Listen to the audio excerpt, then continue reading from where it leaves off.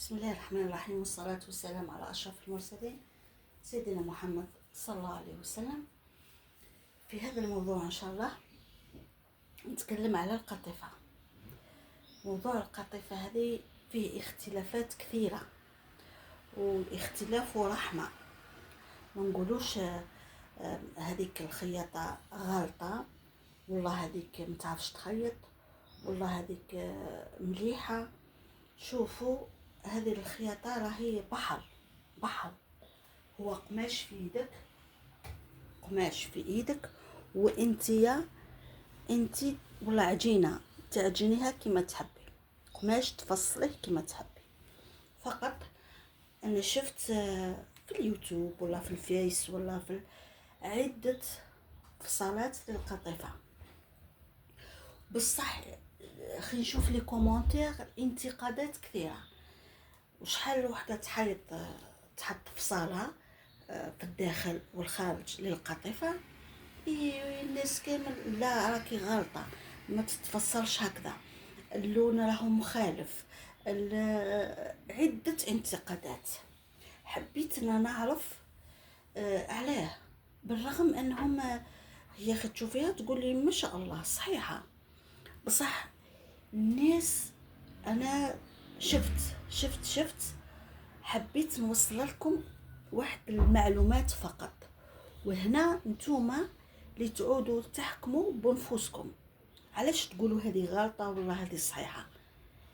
كاينه واحد المعلومه اذا فهمتيها خلاص، انت يا القطيفه فصليها كما تحبي، يا بالطول ولا بالعرض. قطع كان يقولوا الفصاله بالطول هي الصحيحه، وكان يقولوا الفصاله بالعرض هي اللي صحيحه.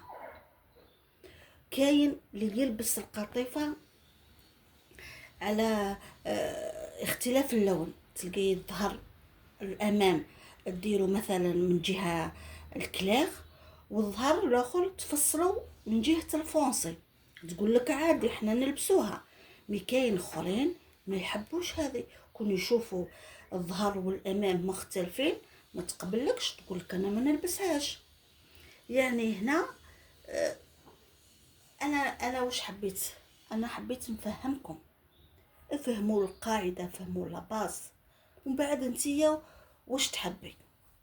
شوفوا القطيفه من جهه الحاشيه، هاي جهه الحاشيه، من جهه الحاشيه لازم تعرفوا اتجاه الوبر.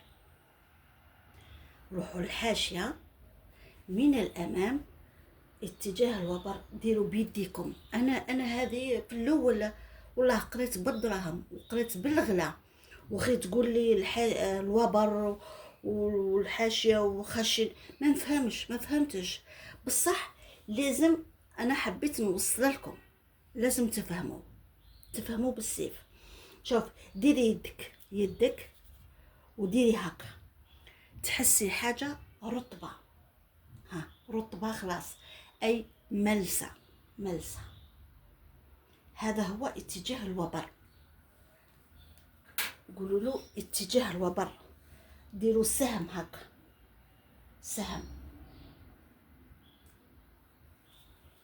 سهم للتحت. إذن خجي تفصلي ديما بالطريقة هذه، ديما يدك الملسة هذه هي اللي تفصلي. علاش؟ خاطر هذه القطيفة عندها زوج انعكاسات. هاو كيما هنا، شوفوا العكس، تبالكم في الصورة، انظروا، شوف حرشة يديكم، بعد تحسوا حرشة، هاي ولات حرشة. شوفوا كيفها، شوفوا هنا رطبة خلاص، ندير العكس، نهبطوا لتحت، رطبة والعكس. هذه باش تعرفوا اتجاه الوبر دائما من جهة الملسة. تجيب الحاشيه، الحاشيه وديروا هكا. حتى ما كانش الحاشيه، نفرضوا الحاشيه فصلناها قصيناها، كيف راح نعرفوا؟ يبقى بالطريقه هذه. وشوفوا اللون، القطيفه في الفصاله تاعها لازم تبعي اتجاه اللون. كاين واحد المناطق، واحد الخياطه تخيط باختلاف، دير لك الامام تخيطو هكذا بالكلاغ، وخي تجي تخيط الظهر تخيط هاس. نعكسو باش يبان لكم مليح.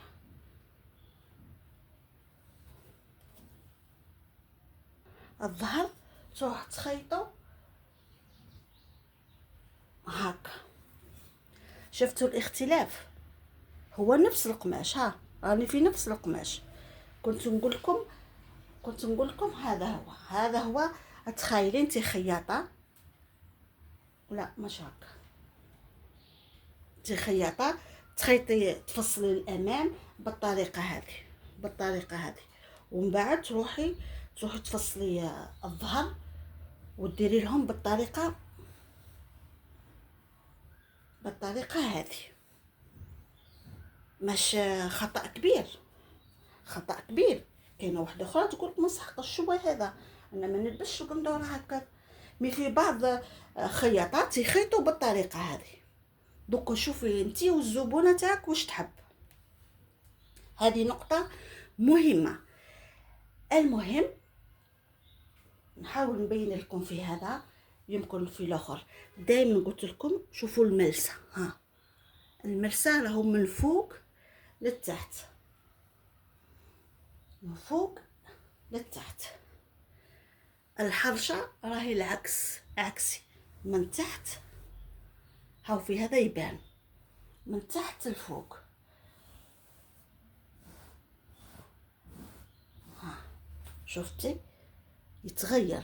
تخيلي تفصلي القندورة من الأمام، تفصلي مثلا مش غير الأمام، الأكمام مثلا كم واحد، مونش واحدة تفصليها من جهة الملسة، والكم الاخر تقلبي القماش وانتي ما تولهتيش وتفصليها من جهه، قصدي الاتجاه الملسه، الاتجاه تاعها السهم راهو يكون من فوق لتحت، والحرشه السهم راهو يكون من تحت يطلع لفوق، العكس. شوفي بتخيلي لكم تفصليه بالطريقه هذه.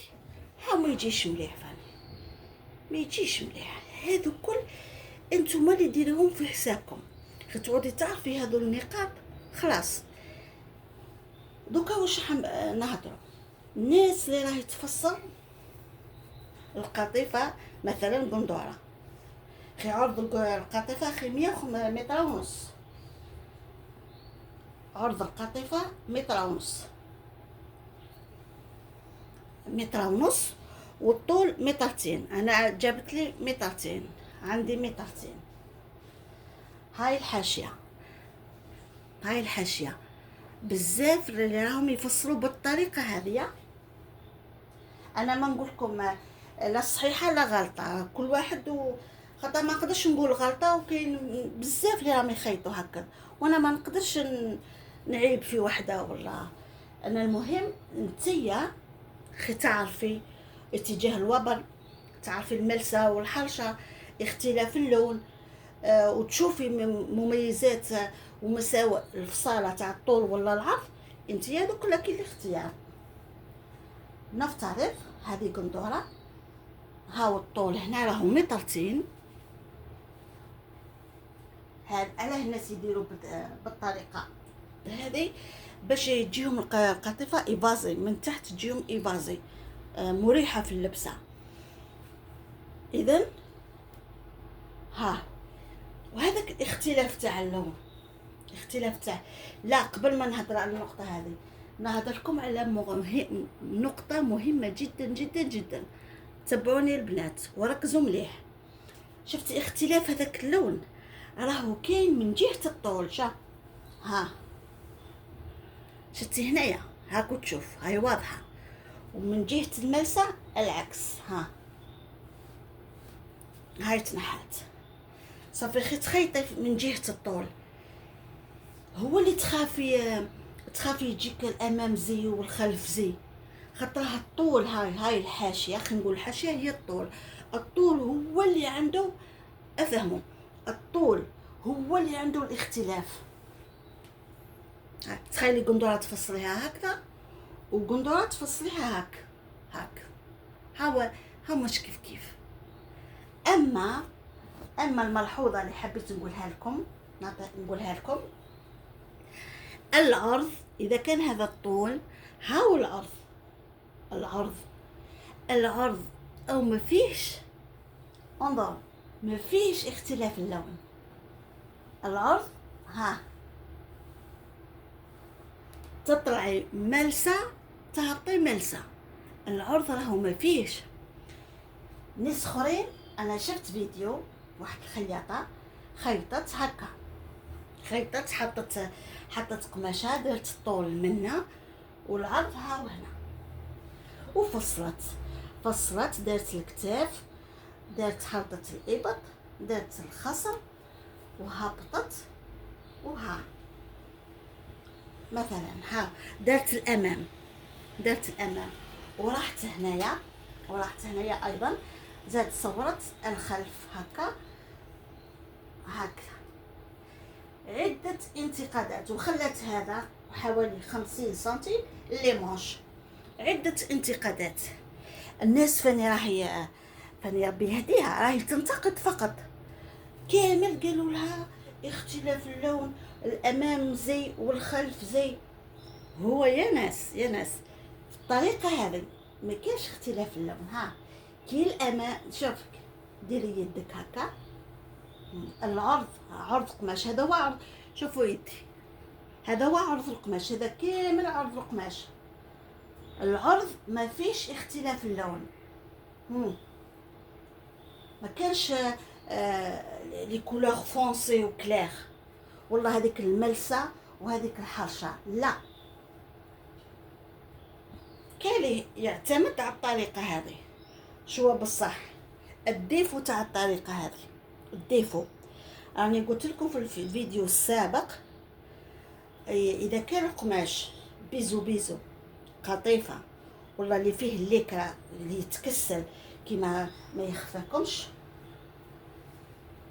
لحظه، القطيفه هكا عن بالكم تتكسل، شا تتكسل بزاف القطيفه، تتكسل فوق الحق. خي نخيطو حنايا القندوره بالعرض هكا، خي نخيطو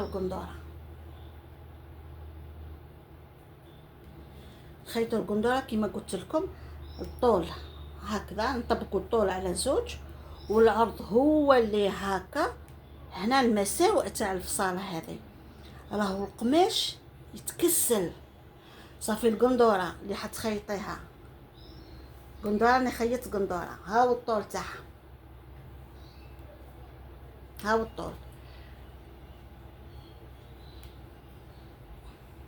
الطول تاع القندوره، الطول تاع القندوره في الخط هذا. هاني نقص، خلاص لبستها جاتني مليحه. المساوئ هذا القماش راح يتكسل، كل مره تلقاو قندوره طوات لكم سنتي، زوج، ثلاثه، حتى تلقاوها تتكركر. هذا هو المساوئ.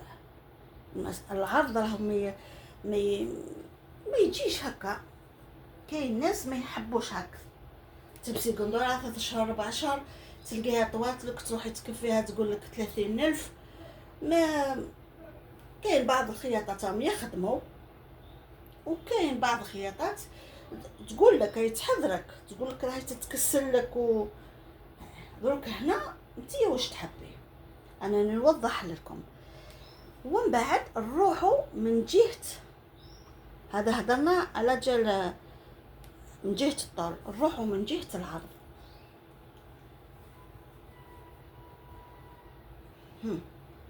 من جهه العرض تولي 1.5 متر هي اللي تجي هنا،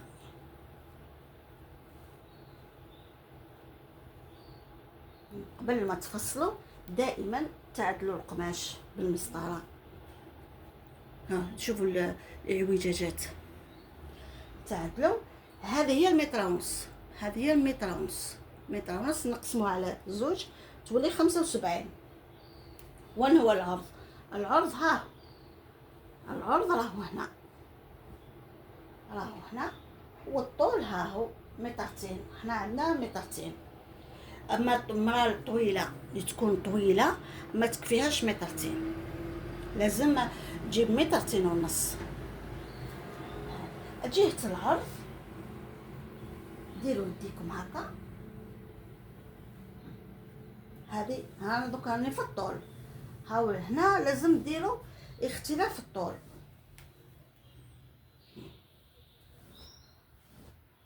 وجهة العرض وين هي جهة العرض؟ جهة العرض راهي من جهة العرض. شوفوا ما كانش هذاك، هذه نقطة إذا فهمتوها راكم نتوما اللي تعودوا تحكموا في رواحكم، تعودوا كامل محترفات. هاو العرض ما فيهش اختلاف اللون، طول هو اللي فيه هكا. هنا بالطريقة هذه واش ديروا؟ تفصلي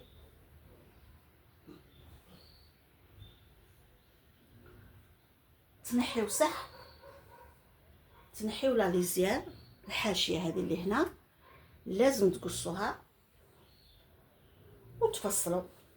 تجي هنايا ديري قياسات تاعك الكتف، تهبطي حالة الإبط، ديري الخصر، ديري الخصر، ديري الأرداف، وتهبطي الطول تاعك، وتخلي الكفة تاعك وتقول هاك. من جهة هاي وتجي هنا، وتجي من هنا فاني، وزيدي ديري فاني نفس قياسات تاعك، والله قطعي هذا وحطيه هنا وتجي وديري. انا هنا ابوبخي برك مثال، بعد في القياسات راهي تجيك مضبوطه. والطرف اللي يبقى لك ديروهم لي مونش مراوح ولا مونش ولا بتيت مونش. وكاين فاني فصال، عده فصالات فاني، عده فصالات من بينها هاي. المهم هذه جهه العرض، هاي 75 راهي منها. تفصلي هنا ديري لك هذه الجهه المغلوقه. بعد ما درتي الاتجاه نتاعك مليح، فصلي هنايا الكتف هكذا، وديري الخصر وهبطي. تروحي للجهه الاخرى، جهه نفس الاتجاه، انا ما بدلناش. هاو الكتف تجي هنا وديري الكتف، ها خلي هذه بلاصه لي موش، تجي هنا هكا تهبطي، هاي تبان. ديري فاني حالة الإبط ودخلي هكا وزيدي اهبطي نفس الاتجاه. هذوك اللي يهضروا على اللي يقولوا لك بس ندور هكا باش بالكم مليح.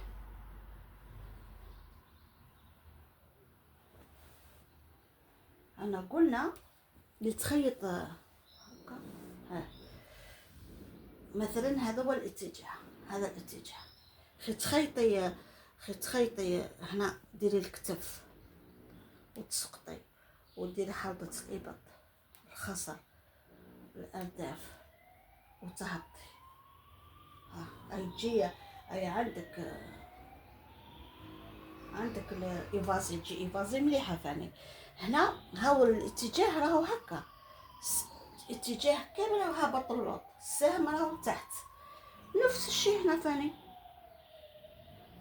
ديري هنا الكتف، نفس الاتجاه. اللي يخيطوا اللي يعكسوا هاو الكتف في تاعي هنا، الكتف اللو امامه وهنا. كاين اللي يدير لك هنا ودير لك حلطه الخصر، ودير لك هكذا. هاو الامام من جهه المغلوقه، والخلف من جهه المفتوحه. هنا شوفوا كيفاه. هنا الامام دارته من جهه الملسه، السهم هابط لتحت، بصح الخلف فصلاتو هاسا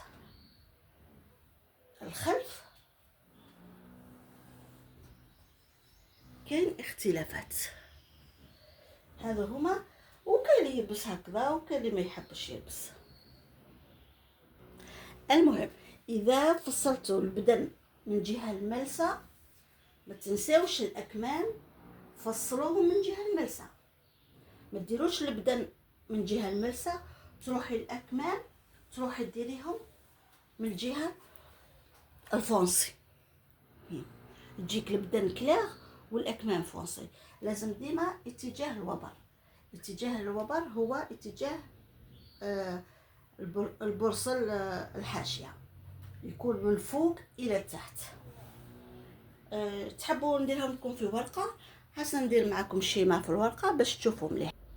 وانا في رايي الخياطه الصحيحه في القطيفه قماش مترتين، هاول مترتين الجهه هذه، العرض راهو على زوج 75. هذه هي الامثل، فقط تاكدي من الاتجاه تاع القماش. لازم يكون ابدا من الاملس الرطبه خلاص كلاخ، هذا هكا. نجيو من هذه الجهه المغلقه وتبداي ديري مثلا عرض الكتفين، نديرو حلقه الابط، ندخلوا في الخصر، نديرو الحوض وديري لي فازي تاعك، مثلا لي فازي جانا هنا هاكا. ها نروحوا هذا الامام، اذا تحبيه دائما يجينا جهه مغلقه. نروحوا للخلف. الخلف واش نديرو؟ نحيو لا ليزير، قصيها جامي تخيطيها، ونخليو سانتي باش نخيطوا هذاك الظهر. هذيك الخياطه تاع الظهر ناس اخرين ما يحبوهاش، بالعكس هي اللي تبهي القندوره. خي تلبسيها راهي شغل مسنتريه، اللي عندها لاطا وجسمها مليح راه يزيد تبهيها اكثر واكثر. يبا ونخليو سانتي هنا تاع خياطه الظهر، ونفس الامام نديروه هنا.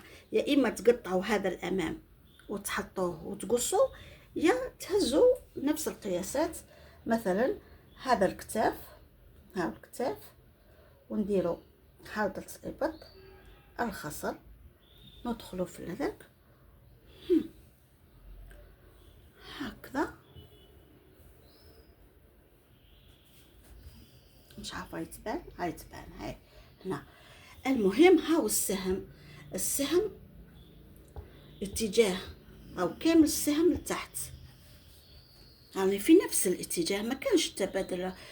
هذا اللي بقى هذا القماش، هذا اللي بقى هو للاكمام دي بتيت مونش، ولا هادو مترتين. اللي حابه قندوره طويله جيبي مترتين ونص. هذو خي تفصلي الكمام، ثاني اهتمي بالاتجاه السهم، لازم تفصلي الكمام بهذا الاتجاه، ما تروحيش تعكسي يجيك البدن فونسي وهذا يجيك كلاخ. ان شاء الله يكون وضحت لكم ولو القليل. وهذه هي، واي سؤال واحنا رانا نتناقشوا، وفي الاختلاف رحمه، الاختلاف رحمه، وماذا بكم نتناقشوا في هذا الموضوع. والسلام عليكم ورحمه الله وبركاته.